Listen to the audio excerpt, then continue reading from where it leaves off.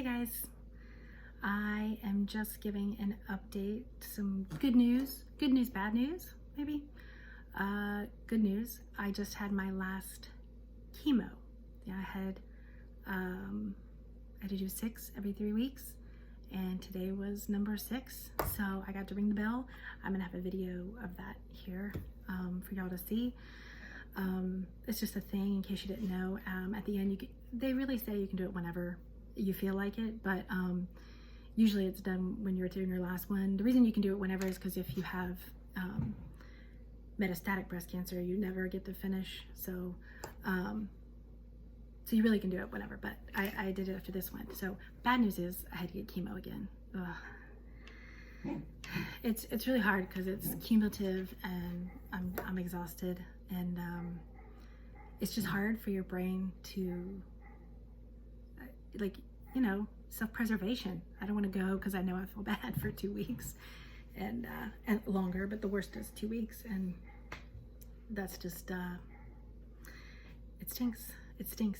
But again, there are worse things. There's always worse things. I can do it this one more time. So that's the good news. Bad news, because they still poisoned me today. But I did see the doctor. The nausea has gotten worse and worse, and last time I had like 4 days I didn't eat, and I drank barely anything, which I know is bad. So this time she scheduled me to get, and I've taken all her nausea meds. She gave me 5 different ones. I've tried them all, and still nauseous. Like, couldn't look at the food, can't smell the food, just ugh, no. And everything tastes awful, which makes you want to throw up. Anyway, so this time she scheduled it to have anti-nausea meds done intravenously, and she said they work a lot better that way. So she's going to give me fluids and IV stuff on Tuesday, because my stuff starts getting bad around then. And so the nausea, so that was my one big thing I wanted to hopefully improve, because it's just miserable. I've tried the teas, I've tried the things to suck on, and just nothing is working right now. So so that's good news. Good news, I've lost weight. Bad news is steroids have made me kind of puffy. Like when I smile, I feel like I have no eyes. I just feel like things are bigger, but it could just be me. It just feels, I feel puffy. So you can't really see any weight loss. What are you gonna do? When the steroid stuff goes down or whatever, but I'm already flushing and I'm already hot. So I'm doing this video and then I'm taking this head thing off and my contacts out, and but I'm already getting hot. Well, I look like I've got bags. It may be the lighting, it may be the drugs, I don't know. I wore pink today because it was my last one, and I was doing all the breast cancer stuff. I got a pin from my company, but you see they were able to access my port. My eyes are doing that thing again. I'm very leaky. My nose leaks constantly. Like I have like wiping my shirt if I don't have a tissue. My eyes are constantly running. So good times. I just had my last chemo. I have not had my last infusion, so I still have to go every 3 weeks and get an infusion for a year. The drug may change depending on if they find cancer during surgery, but I will still be taking something for a year every 3 weeks. But the milestone that I'm celebrating right now is when I go right now, I take 5 pre-drugs, and I take 4 of the drugs that are for what I have. 2 are actual chemotherapy drugs. They call the whole thing chemotherapy. But 2 are Taxotere and carboplatin. Those are 2 chemotherapy drugs. So they kill rapidly dividing cells, and they're non-discriminants, which is why my taste buds get messed up. My mucous membranes everywhere are struggling. You know, I've lost my hair, you know, all that stuff. Those drugs are my nails, which, by the way, don't judge me, but it's really gross. I'm really grossing myself out, but look, I had to cut them all. They all got bruised and came off. Yeah, it's really gross. But they'll grow back, but so gross. Can't wait to put like press-ons or some fake nails on top of it while it's growing out. I'm like, lee. But the ones that I have to keep getting every 3 weeks are monoclonal antibodies, and they have their own symptoms, but hopefully they're all less because they're not doing them with the chemo, so the chemo is affecting it as well. Mostly the stomach stuff that is like if not medicated, as like colonoscopy prep that never ends. So I know that's a bit TMI, but if you've ever had a colonoscopy, yeah, it was rough. Oh, and I won't be immunocompromised anymore, so I don't have to worry about that. So it's a plus. So yes, I'm still going. I will still have a port. I will still have to go get infusions, but the worst part is over. So my dad, he's doing well. He just finished 7 out of 12. So he's making progress. They reduced his drugs. I think I told y'all, but his neuropathy was pretty bad. His hands, mine's my feet. My toes are still numb and tingly, and it didn't go away. But I told her, and she was like, well, I think we're good to go. We're going to keep doing it for the last one. I'm like, I knew you were going to say that. But for my dad, they scaled his back, but his hands were tingly, and he was dropping stuff. And he couldn't, like, you know, writing was difficult. So his was getting bad. So they scaled back a little bit. So that was good for him. But otherwise, you know, he's got symptoms, but they're not horrible, but of course they're not great, but he's doing all right. I saw the plastic surgeon, my first plastic surgeon appointment. I felt like a Kardashian. Yeah. I was like, do you do butt implants? And no, I didn't. I didn't, but he was nice. He seemed like a good guy. He seemed like he knew what he was talking about. I just thought I was going to get to make some decisions, and it sounds like I'm going to wake up and be like, oh, this is what I get. I just told him what size I wanted to be bigger than. I was like, I don't want to go smaller than XYZ. I know y'all probably don't care about it as TMI, but I wanted to look proportionate, and I wanted to still look like me. I've just had boobs forever. I mean, in middle school, they made fun of me because my boobs were bigger than my mom's, and they were just like, you're bigger than your mom. Like that it couldn't happen. Like I must be adopted, right? And I'm like, I don't think that's how that works. I'm like, I think it's okay that you have bigger boobs than your mom. But it was like a big deal because it was an adult, right? And then, you know, in high school, I was already a large size in high school. And looking back, I was friends with big-breasted women. Like I think we all hung out together. So when the guys were like, oh, you know, I don't know.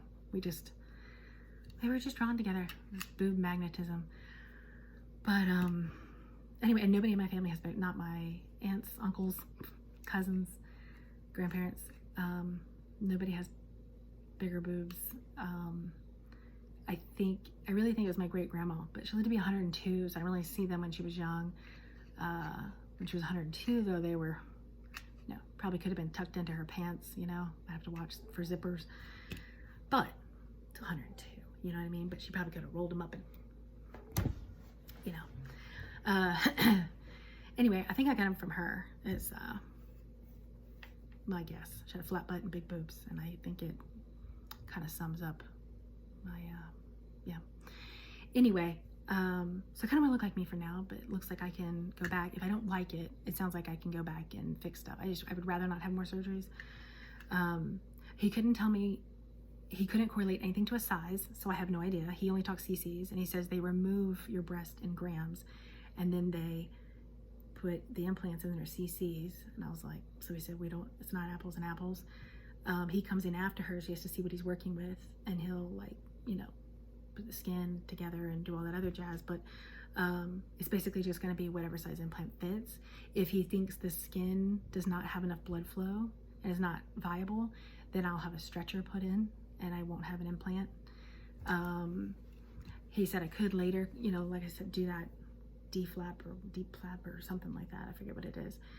But then they also take pieces of your rib. It sounds very invasive. I don't know if I want all that. I like the idea of having fat. He said it's like, instead of getting a transplant from a friend or whoever, it's a transplant from me to me. So, and they connect. I said, how do you keep the blood flowing? And he said they find the capillaries and little blood vessels, and they connect a lot of them. So it's pretty impressive. It just seemed, if I don't have trouble with implants, then it seems like an unnecessary surgery to me right now. But he said no surgery would be as big as this one. This one will be the biggest because, you know, she's coming in removing everything. He's coming in and putting stuff, and I don't know, it's very traumatic. They even have machines on, so my dad had drains.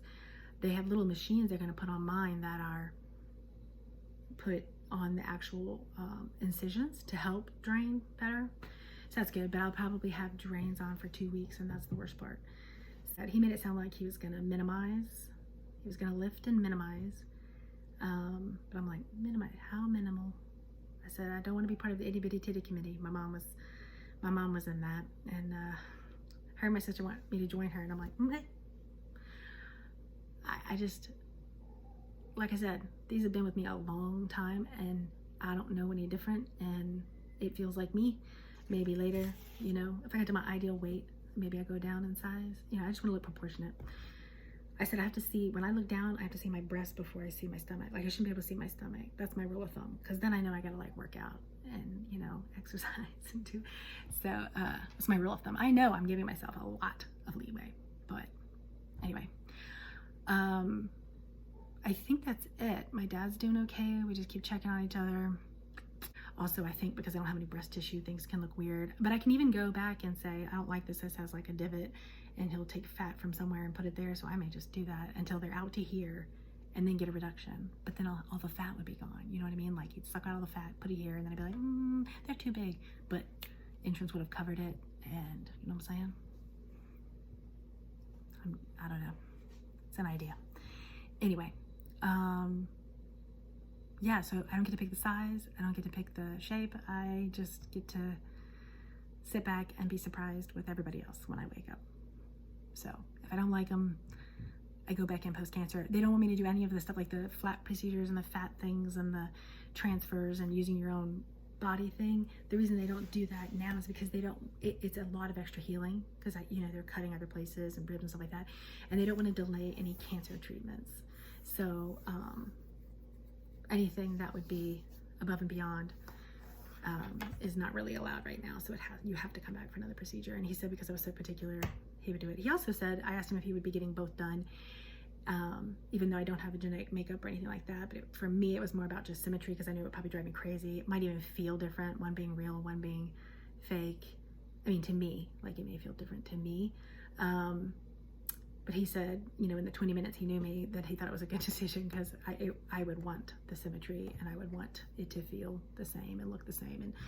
And I was like, okay, good. But he also said, you know, what we kind of discussed before, which is, even though my dad and I don't have a family history of this, and we have no genetic markers, it just means right now, it could just mean that right now we don't know the genetic marker that he and I both have has not been identified as a breast cancer gene. So like, it's a gene that hasn't been discovered as a breast cancer gene. And awkward thing where he took pictures of me, my boobs, the side, he measured them, and then he did a lot of like touching and moving. What's he doing? But he did a lot of measurements, and you know, I did the photos, but my face wasn't in it. But it was like from here, I had to stand to the side. It was like a mugshot thing, you know, front, side. I said, do you want me to make them look really bad, like a before and after weight loss video, like photo, you know, like on Beach Mat, where there's just like this and let them hang, like, anyway. So, but yeah, he asked him if they would look real, and he goes, no. And I'm like, oh. He goes, look, I'm gonna be honest with you, they're not gonna look real. And I'm like, well, I just don't want to look like the people on Botch. Like, I don't want to look like the women who look fake and plastic, and that paid to look fake and plastic. I don't want that, but seems like I have no choice. I also don't want people to be like, oh, you had to pay for your boobs. I want to be like, no, I had big boobs. This is actually a reduction. Like, no. But what are you gonna do? You know, it is what it is. Okay, we'll see. Again, I don't know if it's a private part at this point though, because the nipples aren't real. They're not gonna really be mine. If like before I have the nipples, they're just mounds of skin. Is that considered private? Like, are you allowed to walk around on a beach with just mounds? But they're not breasts, really? Are they? I don't know. I feel like I could just flash people and it's not a deal. It's just two lumps, right? I don't know. I don't know what the rules are on this whole thing. But anyway, it should be fun. It's like a 5-hour surgery. It's a long time. It's kind of a big deal. I haven't had anything like that. So please be praying for that. December 1st. Thank you for all your prayers. Thank you for the music, and thank you for keeping up with me. I love you all, and God is good. It is, and He's bigger than cancer. So I've just been praying this time that it'll be bearable. Whatever it is, it'll be bearable, and it will pass, and I will be okay. Right? So on to the next thing. All right, I love you guys, and I will talk to you soon. All right, bye-bye.